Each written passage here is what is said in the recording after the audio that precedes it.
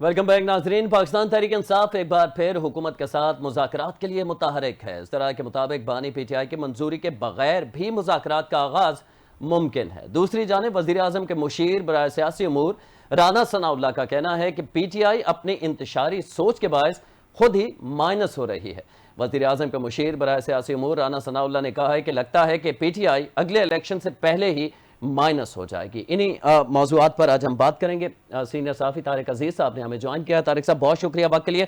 तारिक साहब, इस किस्म का क्या कोई सोच पाई जाती है तहरीक इंसाफ के अंदर कि अब बानी PTI की हर चीज़ में इजाज़त लेना मुमकिन नहीं है, जिसकी वजह से मामला ख़राब होते हैं? एक मिलकर आता है, वो दूसरी बात करता है, दूसरा मिलकर आता है, दूसरी बात करता है।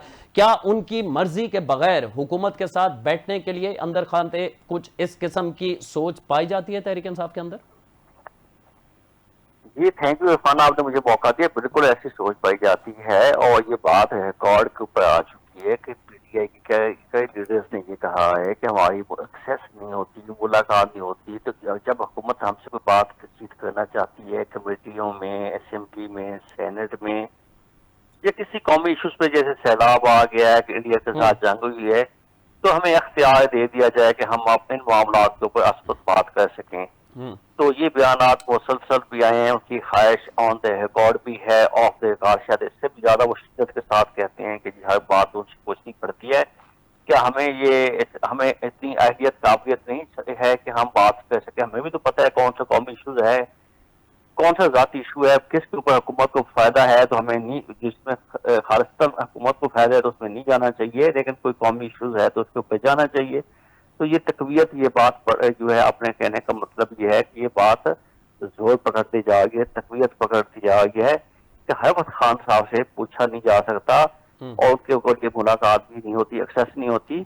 तो PTI के वैसे भी एक सीनियर उसमें काफी पॉलिटिशियन है, शाह महमूद साहब खुद नाराज बैठे। उन्होंने एक दफा कहा भी था, आपको याद होगा कि यार मेरे तजर्बे 40 साल सियासी तजर्बे से भी फायदा उठा लो, याद है ना आपको? जी जी। तो ये चीजें हैं कि ये इसलिए बातें सामने आती हैं कि चूंकि दूसरी तरफ से दूसरे एंड के ऊपर खान साहब जो हैं किसी किस्म की कोई लचक, कोई मुज़ाकरात या वो इस बात पे आमादा नहीं है कि अगर मैं नहीं हूं तो आप कोई मुल्क के मफाद में बात कर लें, कोई पार्टी के मफाद बात कर लें। तो खान साहब मैनेज होने को, पीछे हटने को तैयार नहीं है। पार्टी उनके इस तरह से वो अपना गिरफ्त रखना चाहते हैं जो कि अब है नहीं। अजीमा खान साहब का अपना मौकफ है, मरवा साहब का अपना मौकफ है, गौर असद कैसा इनका अपना है।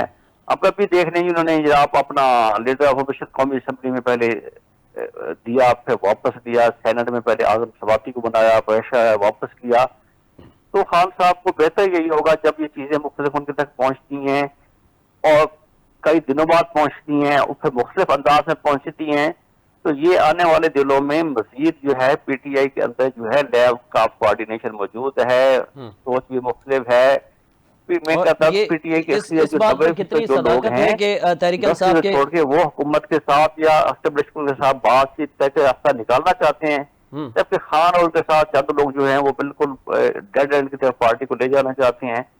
तो अब देखते हैं कि इसमें फिर यकीनी तौर पर खान साहब का अपना मौकफ है, वो उसी पे अमल होगा और वो अपने आप को, उनका नुकसान मुल्क को भी यकीनी तौर पर होता है जब वो कौमी इश्यू से इकट्ठे नहीं होते हैं, लेकिन ज्यादा नुकसान उनका अपना होगा। वो बंद गली में जा चुके हैं और फिर बिल्कुल दरवाजा जो है गेट बंद हो जाएगा। ठीक है। तो तारिक अजीज साहब, ये जो सियासी कमेटी का इजलास हुआ था जिसमें ये फैसला किया गया था कि इलेक्शन में जाना है या नहीं, वहां भी जराए से खबरें सामने आई थी, बात हुई है बाकायदा कई रहनुमाओं की जानिब से तहरीक इंसाफ के। जब मियां नवाज शरीफ मिसाल दी गई कि वो जेल में थे नवाज शरीफ साहब, तो उन्होंने ख्वाजा आसिफ को सारे इख्तियारात दे दिए थे।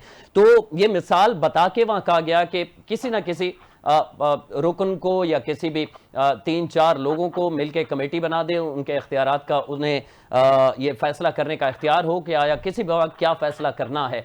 तो दूसरा फिर ये भी इख्तलाफ पाया जाता है कि सेनेट और कौमी असम्बली में जो अपोजिशन लीडर है वो भी दोनों वो अनाउंस किए गए हैं जो तहरीक इंसाफ से डायरेक्टली जिनका ताल्लुक नहीं है। तो तहरीक इंसाफ के अंदर ये भी एक वजह पाई जाती है गम गुस्से की क़यादत के अंदर। जी बिल्कुल पाई जाती है। ये मैं आपको बड़े वसूख से साथ कहता हूँ और मेरी कुछ लोगों से बात हुई है कि क्या वो इतनी बड़ी पार्टी के पास जो लीडर ऑफ अपोजिशन नहीं थे। इसका मतलब ये है कि इमरान खान साहब ने बल्कि शायद कुछ इस अंदाज में कहा भी है कि ये पार्टी जो मेरी है वो कंप्रोमाइज्ड है, यानी वो कंप्रोमाइज्ड है, वो समझौता कर लेगी, वो जो है पीछे हट जाएगी, जबकि महमूद खान चकजई साहब जो है डट के खड़े रहेंगे। अच्छा, इसी तरह आजम सवाती साहब जो है वो कंप्रोमाइज हो जाएंगे और वो सुलह कर लेंगे और मेरा कहना नहीं मानेंगे, लिहाजा वहां पे भी आपने जो है अल्लामा राजा नासिर अब्बास दोनों इत्तेहादियों को बना दिए, तो आपकी अपनी पार्टी के ऊपर अदम एतमाद है और इस अदम एतमाद के ऊपर बड़ी पार्टियां बेचैनी भी पाई जाती है और तशवीश भी पाई जाती है, बिल्कुल पाई जाती है कि क्योंकि पार्टी में से बाहर से ये फैसले लिए जा रहे हैं। और बाकी जो इस इनका फैसले को आगे आने वाले दिनों में, जैसे पहले भी कहा है कि इनके पास ऑप्शन कम से कम होते जा रहे हैं। और इस फैसले एक को वक्त कैसे था, लिया एक जा रहा है मौका जो था, इनके साथ बात हो सकती थी, ये अपना नेशनल पॉलिटिक्स में आ सकते थे, एस्टेब्लिशमेंट से भी बात हो सकती थी, हुकूमत से भी बात हो सकती थी, लेकिन खान साहब की मैं ना मानूं और कि मैं हूं तो ठीक है, मैं नहीं हूं तो पाकिस्तान नहीं है, और मैं नहीं हूं तो सियासत नहीं है, मैं नहीं हूं तो पीटीए नहीं है, ये उनकी जो जिद है, जो अना है और जो अपने मफाद अपने गिरद उनकी घूमती है, इसकी वजह से जो है पीटीआई के लिए मुश्किलात बढ़ती जाएंगी यकीनी तौर के ऊपर। और जबकि दूसरी तरफ हुकूमत तो मुसलसल अब हुकूमत की तरफ से बयानात भी आना शुरू हो गए हैं कि हमने तो इनको मौका दिया था, शायद ये संजीदा नहीं है, अगर ये बात कल को वो कहेंगे तो हक बजाने का हुकूमत होगी। प्राइम मिनिस्टर ने भी मेरे ख्याल 14 अगस्त को शायद स्पीच में कहा है कि अहम मिसाक जो है सियासी इस्तेहकाम कहते हैं, तो मैं इनके साथ बातचीत के लिए तैयार हूँ। एक फैसला ये भी तो है तारिक अजीज साहब, मैं कथा कलामी की माजरत में आपसे जानना चाहता हूँ, जो भी जो है वो भी बात करने को तैयार हैं, वैसे गौर भी हैं जितने पार्लियामेंटेरियन हैं, लेकिन जो खान साहब की तरफ से नाम मैं न मानूं और एक बड़ा सख्त जो मौकफ है, सियासत में जो होते हैं लचक जो होते हैं वो बड़ी लाजमी होती है, फ्लेक्सिबिलिटी होनी चाहिए, फैसलों में नरमी भी पैदा होनी चाहिए, कभी बैकफुट पे भी जाया जा सकता है। ठीक है। अब ये जो आपने सवाल किया था जी वो इलेक्शन बाइकआउट करने जा रहे हैं, इलेक्शन ना लड़े, फैसला आज मतलब दे दिया कि अपने कागजात नाम से वापस ले लिया जाए। मुझे पता है आप इरफान थोड़ा सा पीछे चले, नवाज शरीफ को 3 इलेक्शन नहीं लड़ने दिए गए, आपको पता है 2002 का इलेक्शन नहीं लड़ने दिया गया, 8 का नहीं लड़ने दिया गया, अभी 18 का नहीं लड़ने दिया गया, तो नवाज शरीफ ने 3 इलेक्शन से बाहर नहीं बैठे, ऐसे ही है ना। जी जी, जब तो सेनेट के अंदर जो लोग जाते हैं और इलेक्शन से बाइकआउट होना और इलेक्शन के सिस्टम प्रोसेस से किसी सियासी जमात के बड़ा नुकसान भी होता है। मैं एक सवाल, पाकिस्तान पीपल्स पार्टी ने 85 में बाइकआउट किया था इलेक्शन का, आज उनकी जो संजीदा क़यादत है, आप जब भी कभी किसी से मिलने तो वो कहते हैं हमसे बड़ी गलती हुई थी जो हमने 85 में इलेक्शन का बाइकआउट करके हम आउट हो गए थे और बाकी लोग आ गए थे, स्पेस ही नहीं बची थी। तो इलेक्शन का बाइकआउट करना, पॉलिटिकल प्रोसेस से अलग हो जाना बहुत बड़ी सियासी गलती होती है और आप अपने आप को खुद रिवेलेट करते जा रहे हैं, लाताल्लुक हो जाएंगे, आपकी अहमियत खत्म होती जाएगी। तो फिर देखें, अब खान साहब को अगर नहीं लड़ने दिया जा रहा या उनके आप फैसले नहीं हुए तो वो कहते हैं बाकी कोई ना लड़े। मैं कह रहा हूँ नवाज शरीफ की मैंने मिसाल दिया, 2002 के इलेक्शन नहीं लड़े, मैं वही इसी हवाले से इलेक्शन से 1 महीना 2 महीने पहले आ गए थे, इलेक्शन में उनको नहीं लड़े, 18 के इलेक्शन भी नहीं लड़ने दिया गया, उन्होंने पार्टी को आगे किया, क़यादत आगे की, तो वो पार्टी चलती भी रही, पार्टी भी बच गई, इक़्तिदार भी आ गई। तो खान साहब को इस प्रोसेस से बाइकआउट करके बिल्कुल अपने आप को अलग नहीं करना चाहिए। ठीक है। और सेनेट के हवाले से हमें याद है कि जब अक्सरियत थी मुस्लिम लीग नून और पीपल्स पार्टी के, उस वक्त भी चेयरमैन सेनेट जो है तहरीक इंसाफ ने अपना बना लिया था, लेकिन उसके बावजूद भी नून लीग या पीपल्स पार्टी ने ऐवान का बाइकआउट नहीं किया या इस्तीफे नहीं दिए, वो सिस्टम के साथ चलते रहे, जिसकी वजह से उन्हें फिर सिस्टम में जगह भी मिली। मजाक की बात थी, मैं तो आप ही शायद गवाह होंगे, मैं वहां मौजूद था जी, यानी कि पोलिंग से पहले भी 64 का स्कोर था हुकूमत और इत्तेहादियों के पास, 64 लोगों ने नाश्ता किया, हॉल में इकट्ठे दाखिल हुए, वहां खड़े हुए 64 हैं, जब वोटिंग हुई तो वो 47 पे आ गए और इतनी बड़ी धांधली हुई, जो कुछ हुआ उसके बावजूद रिजल्ट मतलब ना बिल्कुल कबूल ना समझ आने वाली थी। और मतलब रिजल्ट काउंटिंग के बाद जो 47 वोट निकले उसके बाद फिर 64 कट्ठे खड़े थे, तो इतना बड़ा एक मजाक था वो इलेक्शन। उसके बाद पीपल्स पार्टी मुस्लिम लीग नून ने कोई सेनेट छोड़ के बाहर तो नहीं गए थे, तो सिस्टम का हिस्सा बैठे बने रहे, तो उनको इलेक्शन भी आए, सेनेट भी मिले, सीटें भी मिली, किसी को चेयरमैन भी मिल गई, पीपल्स पार्टी की चेयरमैन ही मिल गई, मुस्लिम लीग नून को डिप्टी चेयरमैन सेनेट मिल गया। तो ये सियासत से ताल्लुक होना, बाइकआउट करना, प्रोसेस से हट जाना, पार्टियों को बड़ा खुद नुकसान होता है। ठीक है, और आखिर में मैं आपसे जानना चाहूंगा, कौमी असम्बली की कायमा कमेटियों से रिजाइन का कह दिया गया, रिजाइन हो भी रहे हैं। इसके बाद जुडिशल कमीशन में 2 लोगों की नुमाइंदगी थी तहरीक इंसाफ की, वो भी अब खत्म हो जाएगी, वहां से भी ऑर्डर आ गया कि आप विड्रॉ कर लें। सेनेट की कायमा कमेटियों के हवाले से अभी तक कुछ इस हवाले से गुफ्तगू नहीं की गई, ना कहा गया है कि आप वहां से निकल जाएं। ये क्या वजह हो सकती है? और क्या तारिक साहब, ये भी मैं आपसे जानना चाहूंगा कि ये उसी तरफ मामला जा रहा है जिस तरह माजी में हमने देखा 2 सूबाई असम्बलियां तहलील कर दी गई, कौमी असम्बली से रिजाइन हो गया। ये आखिरी कार्ड है इस वक्त बानी पीटीआई के? जी, बानी पीटीआई के पास ये आखिरी कार्ड है जो कि वो इस्तेमाल मतलब उन्होंने कर दिया है, उसका आगाज तो उन्होंने कर दिया है अपना। अब आप ये देखें, कौमी असेंबली की जो कमेटी है, अपना पब्लिक अकाउंट्स कमेटी, इंतहाई ताकतवर है कमेटी, तलब कर सकती है, आपकी एक अहमियत है, आप पार्लिमान की जो है एहतसाब कर सकते हैं। आप अच्छा खासा वो इख्तियार में आपने छोड़ दिया है, कैमा कमेटियां आपको बनी, आप छोड़, वही पार्लिमानी सिस्टम, पार्लियामेंट के अंदर से रहते हुए तो आप जंग लड़ सकते हैं। अब सब कुछ विड्रॉ करते जाएंगे तो बिल्कुल आउट होते जाएंगे। और जो बात आपने की अगली असेंबलियों से बाइकआउट और इस्तीफे, तो यकीनी तौर पर खान साहब का जो ट्रैक रिकॉर्ड है और जिस तरह की उनकी दानिश है, जिस तरह की उनकी सियासी फरासत का जो सबका रिकॉर्ड है, उसके मुताबिक कुछ भी कर सकते हैं, वो असेंबलियों से भी कह सकते हैं। लेकिन यकीनी तौर पर जो है अली अमीन गंडापुर जो है इस वक्त सीएम है और इंजैक अपना वो वहाँ पे वसायत आला जो है उनके पास है, तो शायद इस दफा वो ना हो। वो चौधरी परवेज इलाही वाला सीन अलग था, पंजाब की पोजीशन थी और वो 2-3 महीने 6 महीने का टाइम था।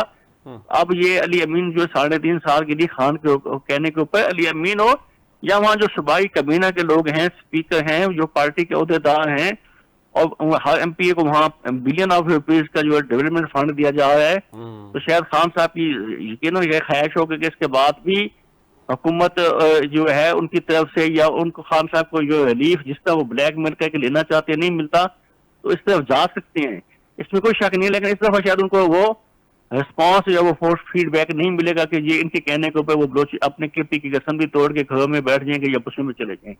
मुझे नहीं लगता ऐसा। 1 मिनट है मेरे पास, मैं चाहूंगा मुख्तसरन कह दीजिएगा। हर बंदा ये सवाल करता है कि बानी पीटीआई की रिहाई, इस वक्त जो हालात है बज़ाहिर तो नजर नहीं आता, कोई बैकडोर, कोई किसी किस्म की बातचीत, कोई राह निकालने की कोशिश की जा रही है हुकूमत की जानिब से या तहरीक इंसाफ की जानिब से? कतन कोई नहीं, जो मेरी इतला के मुताबिक कतन कोई मुज़ाकरात न हुए मतलब होते रहे हैं, लेकिन अब मेरे ख्याल है वो गेट बंद हो गया है।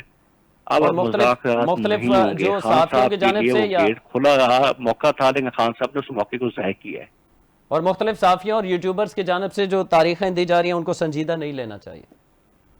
जी बिल्कुल, वो तो संजीदा आपको भी पता है कि ये यूट्यूबर्स भी हों, इनके पार्टी लीडर भी हों, बाज एंकर पर्सन भी हैं जो हर जो है महीने की फलां डे दे देते हैं या फलां दिन दे देते हैं, अगला जुम्मा, अगली जुमेरात, ईद के बाद, रमजान के बाद, फलां इलेक्शन के बाद। ऐसा कोई वजह नहीं है, चूंकि उनके खिलाफ जो 190 मिलियन पाउंड का जो मुकदमा है वो इतना तकड़ा है, और मुकदमा जो है वो उसका मुझे नहीं लगता कि उसमें उनको रिलीफ मिल सके, क्योंकि उसके एविडेंस भी मौजूद हैं, सबके सामने है कि आपने 190 मिलियन पाउंड जो है लेके डायरेक्ट उनके अकाउंट में जमा करा दिया, मलिक राज को वापस कर दिया, और कबीना से आपने पूछा भी नहीं। कबीना की मंजूरी के बगैर प्राइम मिनिस्टर कोई काम नहीं कर सकते। तो यकीनी तौर पर वो मुकदमा जो है अभी उनके ऊपर है, उसमें जो उनके कन्विक्टेड भी हैं कई मुकदमात में, उनको अदालतों से यकीनन इंसाफ मिलना है, लेकिन उनके खिलाफ ठोस केस मौजूद हैं, तो वो कैसे वहां से उनके इससे बगैर सजा के उनको बेल हो जाए या वो जल्द बाहर आ जाए। मुझे ऐसा नहीं लगता कि उन्होंने उनकी कोई वापसी का इम्कान है, वो मुस्तकबिल करीब में। ठीक है, बहुत शुक्रिया। हमारे साथ मौजूद है सीनियर सहाफ़ी वफाकी दारुल-हुकूमत इस्लामाबाद से तारिक अजीज़ साहब, और गुफ्तगू कर रहे थे खबरों के हवाले से, इन खबरों के हवाले से कि बानी पीटीआई की रिहाई मुमकिन नहीं, और साथ साथ ये भी कि जो दावे किए जा रहे हैं मुख्तलिफ सहाफ़ियों की जानिब से, उनमें भी बज़ाहिर को सदाकत नहीं नज़र आती। अलबत्ता पेश रफ्त ये हुई है कि तहरीक इंसाफ की मर्जी की आदत ये चाहती है खबर के मुताबिक कि बग़ैर बानी पीटीआई की मर्जी के भी उनकी रिहाई के लिए हुकूमत के साथ बैठने में कोई कबाहत नहीं है। अब ये मुस्तकबिल में जाके पता चलेगा कि आया बैकडोर को मुज़ाकरात हो रहे हैं या नहीं हो रहे। इस हवाले से कल तक के प्रोग्राम तक के लिए इरफान हैदर को इजाज़त दीजिए। अल्लाह ने के बाद।